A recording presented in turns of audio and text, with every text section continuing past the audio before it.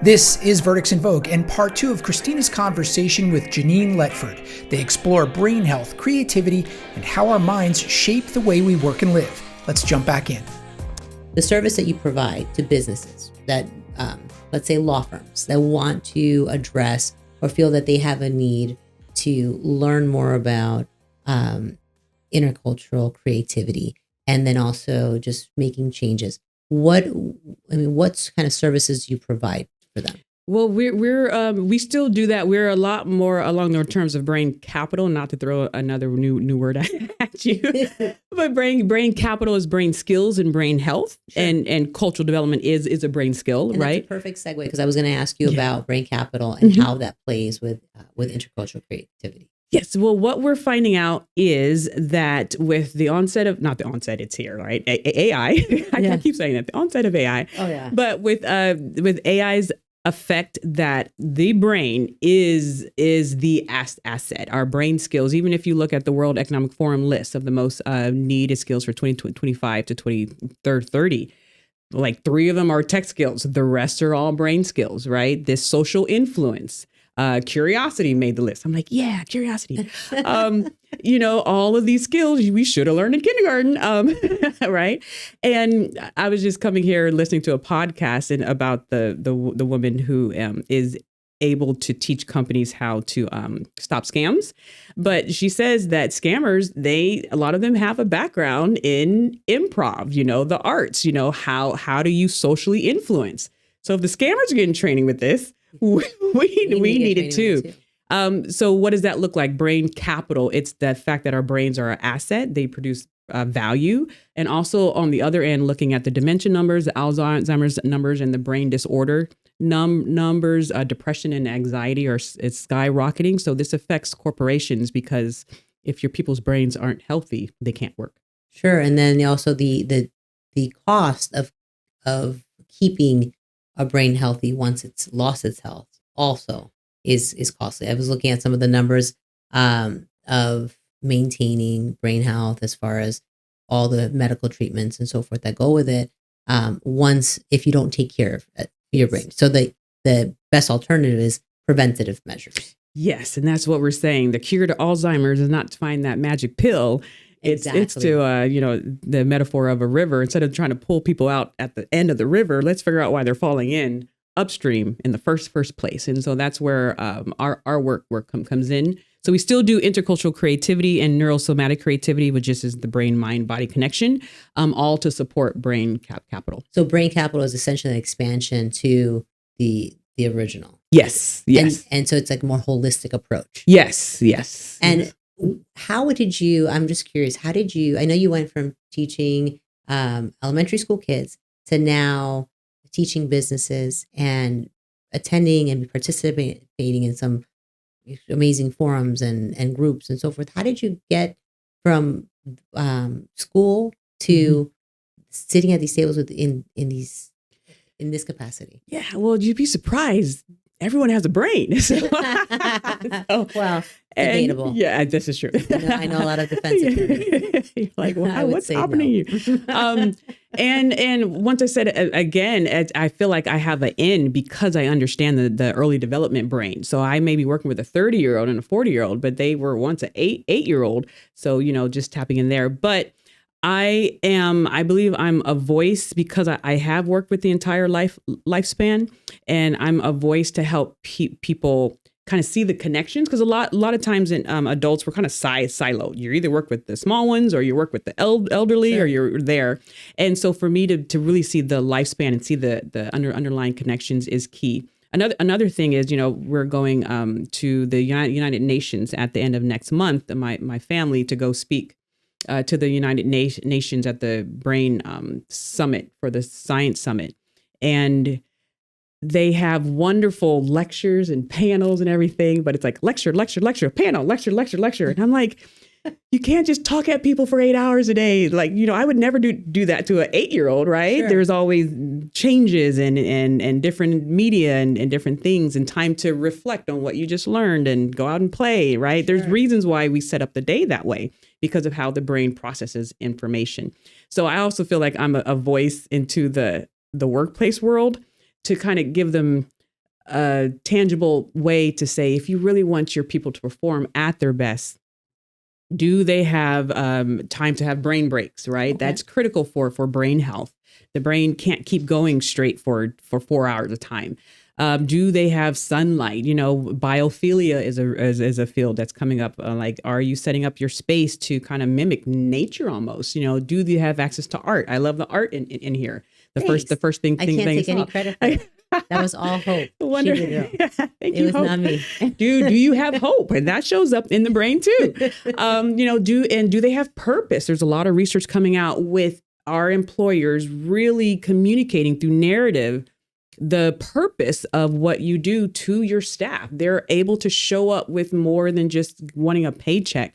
They're showing up to change the world, basically, in whatever, even at my school, the plant manager, they clean out the trash and everything. I stopped him one day and said, you know what, I'm able to do my job and teach these kids, and I've won awards and been on the stage, but it's because of you. Kids can't learn in a dirty classroom. Kids can't learn. I can't do my job if I have a child that had an accident and you take 5 hours to get to me.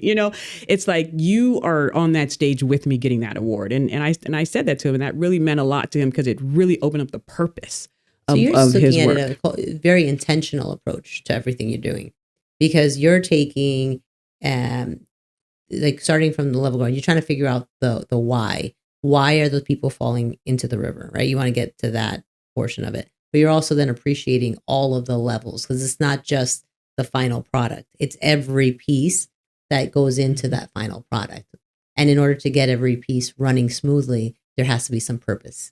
Yes. Yeah. Along the whole way. So we are, and I've always believed that we're very interconnected and interwoven, where at our firm, I think I always say the most important person at the firm is the receptionist, when someone opens the door and they're there, she's welcoming them, or saying hello, seeing if they need anything, or answering the phone. And that sets tone for the whole office and the whole client experience.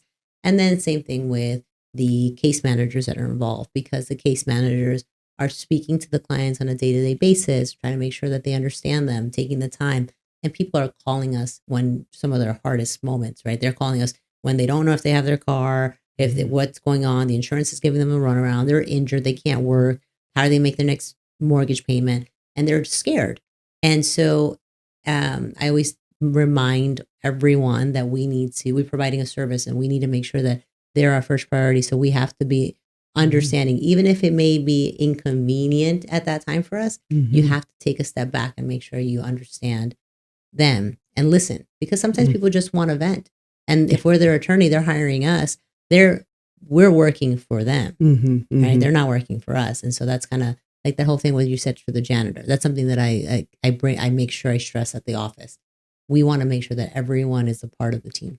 Yes, and understand that it's a skill that organizations really should be paying attention to. So exactly like you said, my husband went to a doctor's appointment, and he remembered going there, and like the person didn't even make eye contact with him, and like the whole process was just like, ugh. And it started with the receptionist, and so they can make or break, your whole business. I don't think people really like who are those frontline folks, so that they're your face to the community. I would invest in extra, perspective shifting training, empathy training. That's a huge brain aspect, because the brain is more empathetic to people who it deems it's in group. Okay. So the brain automatically, within 10 seconds, will classify you as an in-group, out-group. But the way that organizations can overcome that is to make sure people are well connected. They're able to share story. They're able to do something together. Like the whole shirts and everything, that actually has a neurological effect on whether you deem in or out group. And when you're saying the shirts, like if someone's wearing a shirt that has a business name on it? Yeah, well, like if you all go out for a team thing and you all have the same shirts on, your brain automatically groups you together, even if you're different ethnicities, different genders, different. So like all those little knickknacks, you don't think that they're, whatever. So they actually make a huge difference. That's also a Hope thing. So we have who's this Hope? Hope is like, I know. I just love that name. Esperanza, right? So we have our Perez Law Group shirts, and every Friday, and she's always changing them up. So there's different sizes, but every Friday, everyone can wear jeans and the Perez Law Group shirt. And so that's one of the things that everyone looks forward to Friday, because they don't have to think. They're comfortable. We're all in the same kind of shirt. And then when we went away as like a group, because I do like group outings too, I try to do it with the ladies of the group. The guys kind of get left out, but I try to do it with the ladies of the group once a year. And then we all went to Hawaii last year with all the with the spouses. We, as a group, I made a promise, and so we went, and all the ladies bought the men a same shirt, like a matching shirt, and so they didn't know though. So they all walk out, and it was like such a great, one, it made for a great picture, but two, it got the spouses started to bond too. So it's like not only, so it's kind of brought the whole group together. Yeah. So, and just once you learn more about that, you're able to do these little, I don't want to call them hacks, but and another thing that Dr. Matthew Lieberman talks about, he's over at UCLA. He was my professor 25 years ago. I can't believe I can say that. But he has a great book called So Social, How Brains Are Wired to Connect. And he said, when you look at an organization, you look at the different levels. You want your performers there, but the real magic is when high people can connect with just people different on different levels. So that's where the innovation comes in, is when people aren't siloed, but they're able to connect with one another, and, just not all the, entry employees together and the mid-level employees, but they're able to go. So is that something those that you provide, that you go in and you help businesses to kind of to see where their areas are and how to help develop and coach them through establishing like programs or trainings? Tell us how is that how it essentially works, so they can pick up the phone, call you. Where do they find you? We're at Cafe Strategies is our for-profit, and we do training on intercultural creativity, brain capital, just helping people figure out their brains and how it's just solidifying the workspace and culture development. Right. And so that's what you do for profit. But I know you also have you do nonprofit work that I wanted to touch on, because I thought that was amazing. Tell us about your nonprofit work. Sure. It's Lyrics and Leadership Institute is for our adult training. So one of the things to push off dementia and Alzheimer's, but also keep the brain optimized, because one thing we found out is that Alzheimer's can start showing up in the brain in midlife. So this is something that 30s, 40s, and 50-year-olds should be concerned about. You can start seeing it in functional MRIs in your 40s. Yes, which is crazy. But so how do we get people excited to keep learning? Because a lot of people think after they turn that tassel, they're done. Right? There's a few professions that force you to keep certifying, but a lot of folks stop just learning. So just what's a fun way to do it? So we use the music of iconic artists like Prince. I'm wearing my purple today. And there was a lightning storm last night, and I took a picture of it. And it's like a purple cloud. I'm like, yay. But, music like Prince or Dolly Parton or David Bowie or Lauryn Hill, because their lyrics are very, deep. If you really look at their lyrics, but I can teach brain health. I can teach emotional regulation. I can teach empathy. I can teach all the things that I would just come and train straightforward, but now you get to dance to Prince or sing, and when people come to sing together or dance together or listen to music that bonds them, their brains synchronize, they learn better, they remember. That's the thing, is they remember and could turn that lesson into an actual behavior change. And that's what we want. We want behavior change. And then Brainalicious Adventures is our K-12 program. If you really want to get ahead of this Alzheimer's and dementia epidemic, which sadly Arizona leads in the growth rate. I know. It's like, why do we have to be number one in that? Not number one in education. I know. Number one in Alzheimer's. Working on that too. But you have to get kids excited to take care of their brains earlier on and build something we call cognitive reserve. And so they can, start singing about their microbiome and eating good foods and their myokines, which is the muscle element you get when you work out, right? So if you train these behaviors in children, they'll hopefully hold on to it through their adolescence and then into adulthood. Wonderful. And I know that there was so I saw a little song that your son was singing about detox, like clearing out the toxins while you're sleeping. Yes, sweep up the toxins. Sweep up the toxins. And so with him, I know he is as passionate as you are when it comes to brain health and preventative measures. And I've never met him, but just seeing him, he is so well spoken, and I couldn't believe he's only 7 years old. I'm like, wow. And he's a Rubik's Cube, like aficionado, as well as a child author. I know you co-wrote the book with him. Yes. And that was also on brain health. And he addresses the training of the brain, right? And Yes. it's like the certain steps. Yes. Can you tell us for parents that are listening, or can you tell us the steps that your son and you promote as far as brain health, and keeping it an easy way where you can do it where we can all do it with our kids? Sure. Well, we have a book for you and your staff on that. The first one, we believe teaching through books, and teaching through books that rhyme, because the brain hooks on to rhyme and songs more. But so we are telling people to have colorful brains, and that's really the 7 colors of the brain rainbow, because there's 7 pillars of brain capital.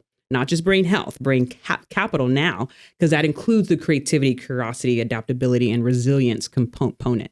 Okay. And so it's brain sleep, right? And making sure they get good sleep. And it's so hard for when women in their midlife. I don't know about you, but I'm like up at 3. Like, can't sleep. It's like, what is going on?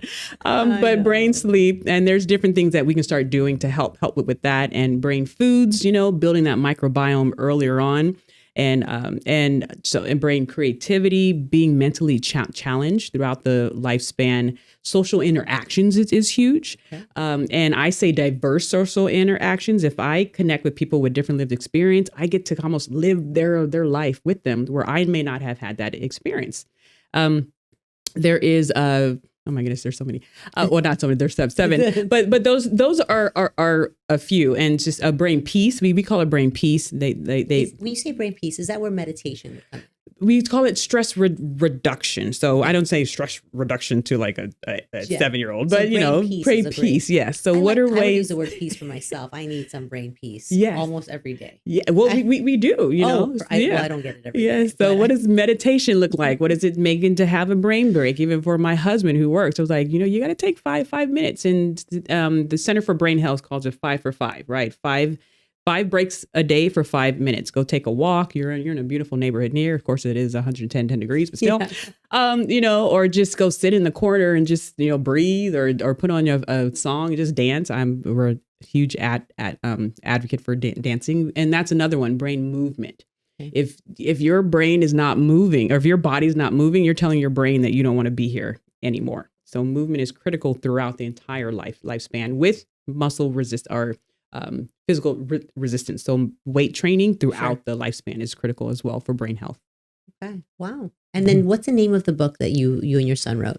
The one that was published last year that we read at the Center for Brain Health is My Brain, My Beautiful Brain.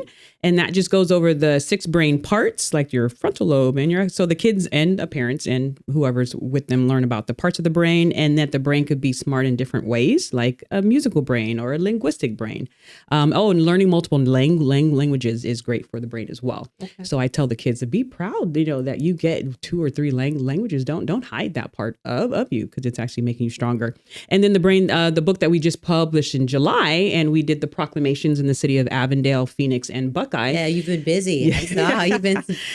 So for those who don't know, month of July was Brain Month. Brain capital, World Brain Day. So that's global thing. World Brain Day. So we just hitched on the back of that, and we established the first in the nation Brain Capital Awareness Month. So even though there's these thought leaders around the world talking about brain capital, no one's done an official thing. So I was like, why don't we do it? Like, let's go do it. So it's the month of July is Brain Capital Awareness, and when is Brain World Brain Day is July 22nd.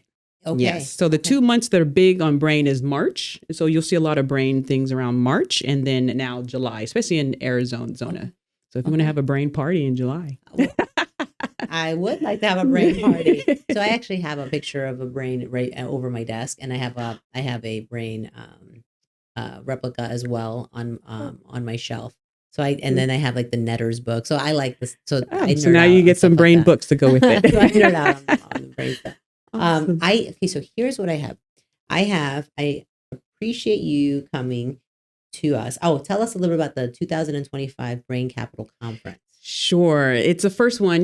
When you're passionate about something, you just got to get started, no matter Just do it. If two people come, oh, well, let's just do it. And It's then like me and Sophia, 2 people come. It was Herb and me 14 years ago. and look at the lives you're able to change now. And imagine if you're like, oh, it's just us two. Well, I don't know, so we have to just keep moving forward, even if it starts small. And some of the best things start small, baby start small. So we are having the first Brain Capital Conference in Arizona at September 6th in Avondale at the Civic Center. And it's just getting thought leaders together to talk about, first of all, what can we do for ourselves and our families and our communities? But then what do we do for our workforce community to say, the brain capital of them over there is going to affect you over here. Exactly what you said. We're all interconnected. Yeah. So don't think that you're going to be siloed, and just setting up a community plan or a West Valley or a Valley plan to make sure that this doesn't topple us, but we're actually able to grow the brain capital and the value and production, especially with Arizona growing so fast.